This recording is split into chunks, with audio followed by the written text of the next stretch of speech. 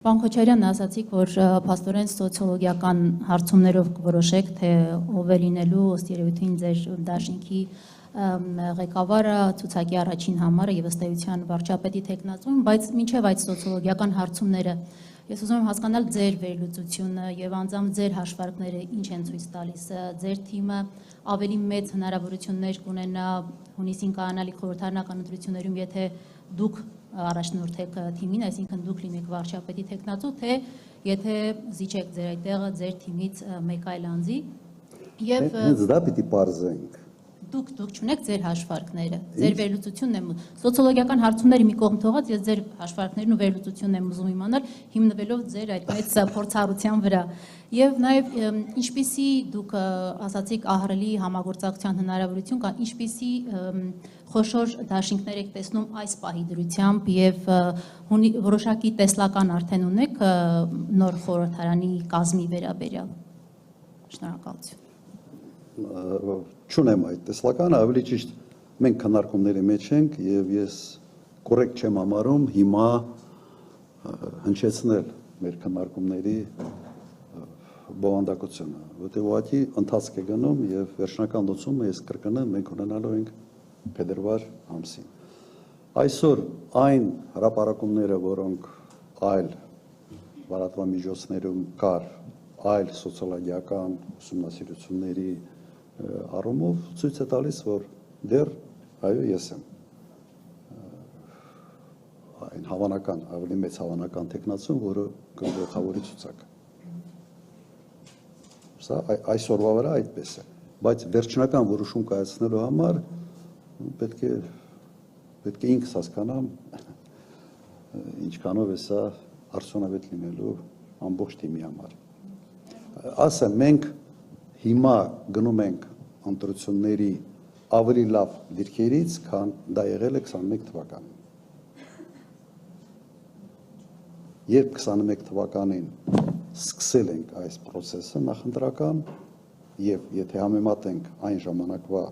վարկանիշային, այսպես ասենք, տվյալները, հիմա ավելի լավ վիճակում ենք, քան եղել այն ժամանակ։ Կոնկրետ դաշինքի առումով։ Եվ կարող եք ասել ինչ մեթոդաբանությամբ է այդ սոցիոլոգիական հարցումներն իրականացվելու։ Ես հսկայական փորձ ունեմ ամեն ինչում, երևի բացի ամբողջ Հայաստանում են իրականացվելու այդ ինչպես է դա տեղի ունենալու, ինչ որ ընտրանքային պրոֆեսիոնալ սոցիոլոգները մենք չենք անելու, մենք ուղղակի պայմանագիր ենք կնքելու ընկերության հետ, այդ ընկերությունը անելու այդ ուսումնասիրությունը եւ մեզ տրամադրի։ Եթե ձեր բանազդը ձեր ուրիշ բան է ասում, օքեյ։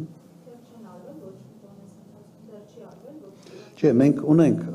թարմը պետք է լինի ուղղակի փետրվարին։ Բայց ուրիշները հրապարակում են եւ կարծում եմ դուք էլ ծանոթ եք, որ ինչ ուժեր են լինելու ընդհանրապես չեմ ուզում ուրիշ ուժերի անուններ տալ,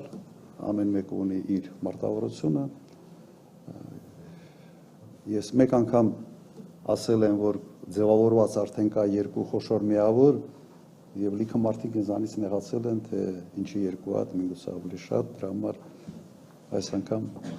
զերծ կմնամ այդ կարգի հայտարարություններից։ Բայց իրատեսականը այսօր 3-ից 4 միավոր է, ես տեսնում եմ դրա հնարավորությունը։ Բոլորին sense մի ցուցակի մեջ տեղավորել չի լինում, չի տեղավորվում։ Չեն կարող իրար չընդունող, իրար հետ խնդիրներ ունեցող, լուրջ հակասություններ ունեցող